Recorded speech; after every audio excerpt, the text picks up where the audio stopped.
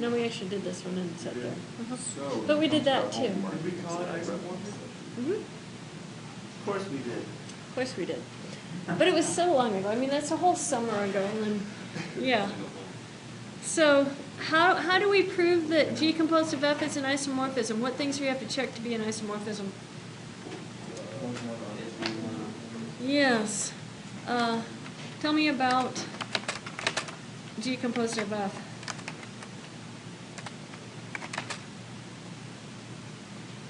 We have to show it's one-to-one. Let's actually show it. We'll do the steps. How do you show something's one-to-one?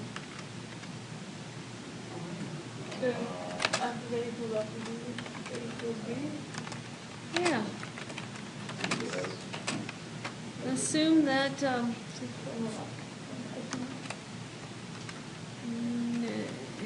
composed of F of A is equal to,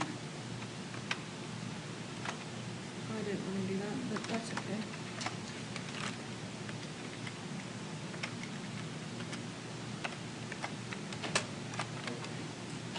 G composed of F of B. What does that tell you then? G of F of B.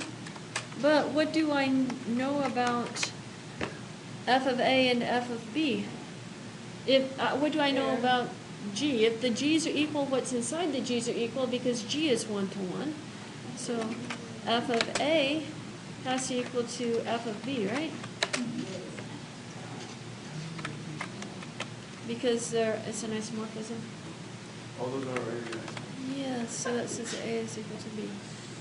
So we're going to assume this right here. Fix my sentence up here. Assume that. And since G and F are one-to-one,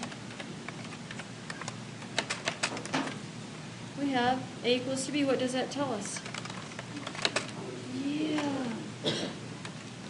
G composed of F is one-to-one.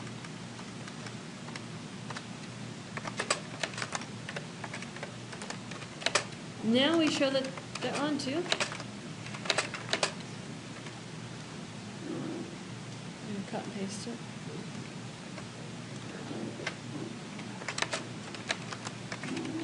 How do you show that something's onto? Yeah, we have to start with the image and find the pre-image. So let Y be in, and our image here is in G3. So let Y be in G3. Then what do I know? Since G is onto, there exists, I don't know, I'm going to call it an A because we're going to have one more. There exists an A in G2 such that G of A is equal to Y. Since F is onto, there exists, now we can call it an X in G1 such that F of X is equal to A. Put it all together. If we look at G composed of F of X, that's equal to G of F of X. What was F of X equal to? So G of A, and what's G of A equal to? Y. And so X is a pre-image of Y. And so G composed of F is one-to-one and onto. What's the last thing we actually have to show? Yeah, the function composition. So we're going to have G composed of F of AB for any two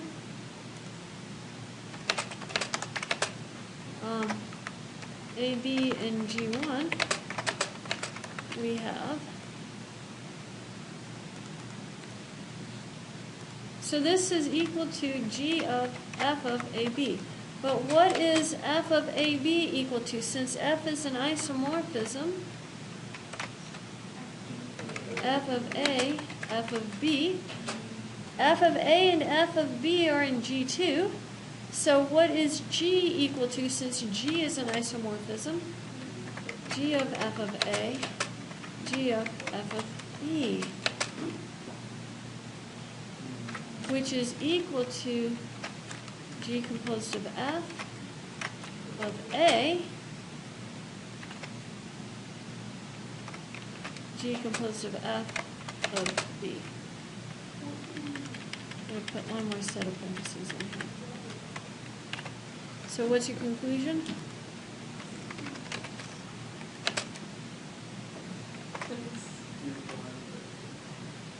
Yeah, taking G1 to G3 is an isomorphism. And that's number 3 on your part A. I'll post this.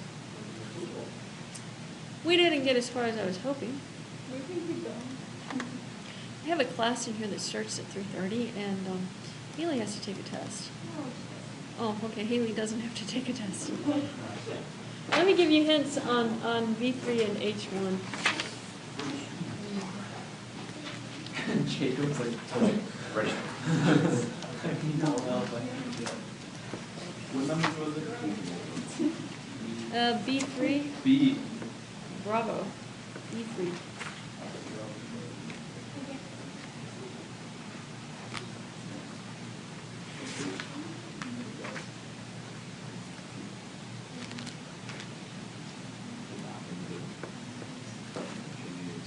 Okay, so B3, if you read it in your book, this is not what you actually, I'm not going to do all of it, but if you read it in your book, it says, if G1 is a cyclic group with a generator A, prove that G2 is also a cyclic group with a generator F of A. And they didn't specify what F was. What do you think you're going to use for F?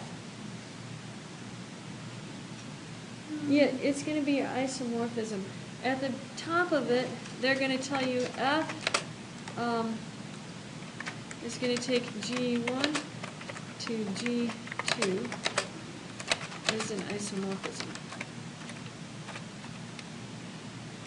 So what do you know about anything? So for any, and G1 is cyclic. We know that G1 is equal to the cyclic group generated by A.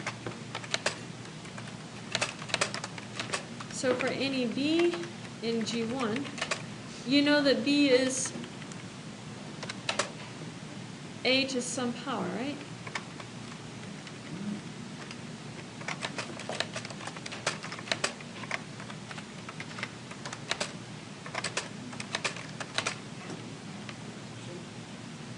Sunnum. For some n in the integers. Then just apply your isomorphism to it. You're going to have f of b has to be equal to f of a to the power n, but that's equal to f of a times a, right? So we'll do f of a to the n minus 1, which is equal to f of a to the n minus 1, and you can see the pattern, right? So that looks like f of a to the power n. That makes sense? You're going to notice the one thing I haven't told you is that to be able to show that G2 is cyclic, you have to take any element in G2 and figure out what, you can write it as something to a power. So that's one other thing you're going to do. You're going to let, oh, I don't want that. Let y be in G2. Then use your preimage. There exists a b in G1 such that y is equal to f of b, and b equals a to the n, which gives, by the above work, that y is equal to f of a to the power n. What does that tell you your generator is then? Every y you've just written as a power of f of a. So f of a is equal to the generator.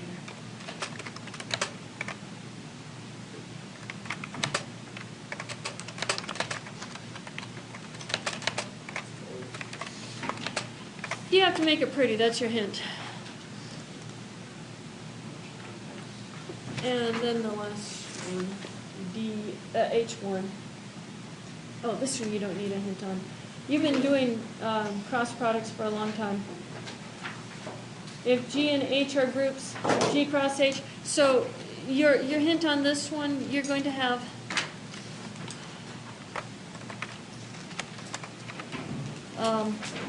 you're going to have F take G to H is an isomorphism. Then, what do you know? We need to prove that, or we can just... No, you assume that. F takes G to H is an isomorphism.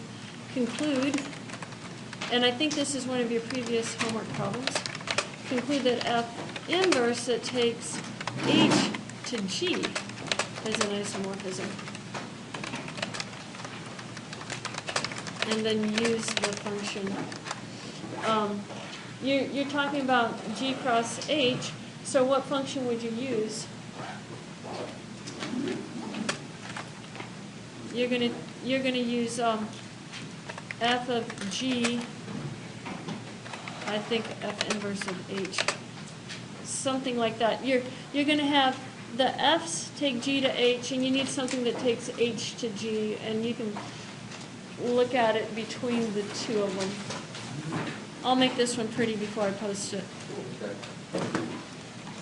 Give you your function for it. Awesome.